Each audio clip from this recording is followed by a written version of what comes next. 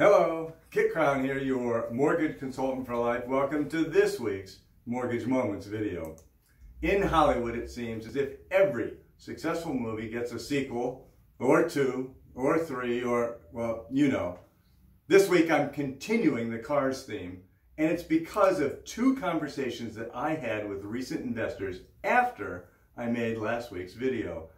Each of their stories are markedly different, but both shine the headlights on this important topic and illuminate a pothole that all of us need to recognize along the road to buying a home.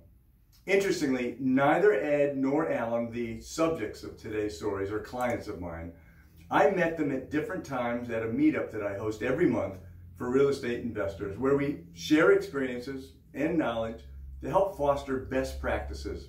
It's truly an expression of my belief that the more you give, the more you gain, and I'm grateful for the opportunity to share the insights on all things real estate that I've gained along my journey.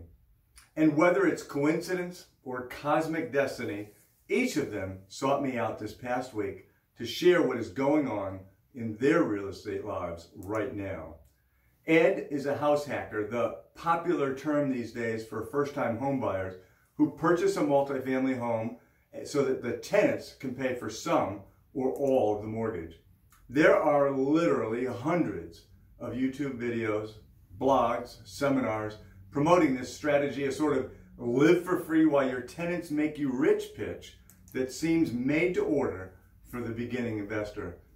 Ed's search started off logically, thoughtfully, and with some rigor born of his professional credentials, but after losing several bids and feeling as if he'd never find the one, the emotions took over and he talked himself into overpaying for a property that needed lots of work and, just to make it more dramatic, had an entrenched tenant who was paying less than market rent. After pouring money into the property and having his tenant stop paying the rent, Ed is now asking whether he should sell at a loss and chalk it up to learning what not to do, what he referred to as a really expensive real estate seminar, or tuck in for the long haul in hopes that the market will eventually catch up with what he has invested in the property. Alan is on the other end of the spectrum. He's a flipper and he has a couple of deals under his belt, neither of them profitable, when he came across what he felt would be a home run deal. It's a big, bold, $1 million gamble, and Alan went all in using hard money, friends and family money, and maxing out his credit cards to complete a project where it turns out that his profit at best will be meager.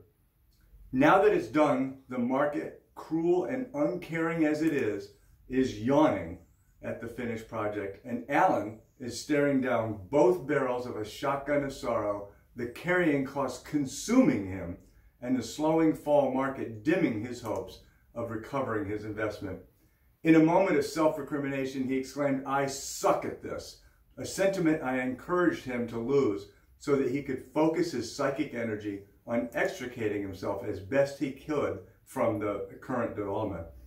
The point of these two real-life stories is to underscore that we humans are frail and our thinking can become so muddled by our own confirmation bias. And in the process, we make really bad decisions that in the stark light of hindsight were based completely on irrational foundations.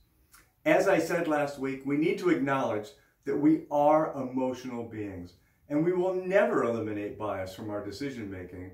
At best, we can hope to reduce the impact that emotions have by always being aware that we are, in fact, governed by instinct rather than logic, and that real estate's allure sometimes sweeps us off our feet.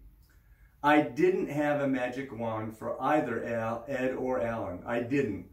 What I did offer, however, was a detached perspective that helped each of them develop a prioritized plan of action that took fear out of the equation. I'm truly hoping that each of them finds their way out of their present circumstance in a way that they can live with. I don't think either of them will look back at their decision to buy properties as their shining moment, but I'm confident that both of them will see this experience as a huge growth step in their journey, learning lessons that no YouTube video, book, or seminar could ever teach them. Well, that's it for this week. Thanks for watching, and remember always that I'm here every day to help solve the problems that living life on life's terms sends your way. Keep my number close by so that you can reach me anytime you need my help, or anytime someone you care about needs someone who will care about them as much as I care about you. See you next week.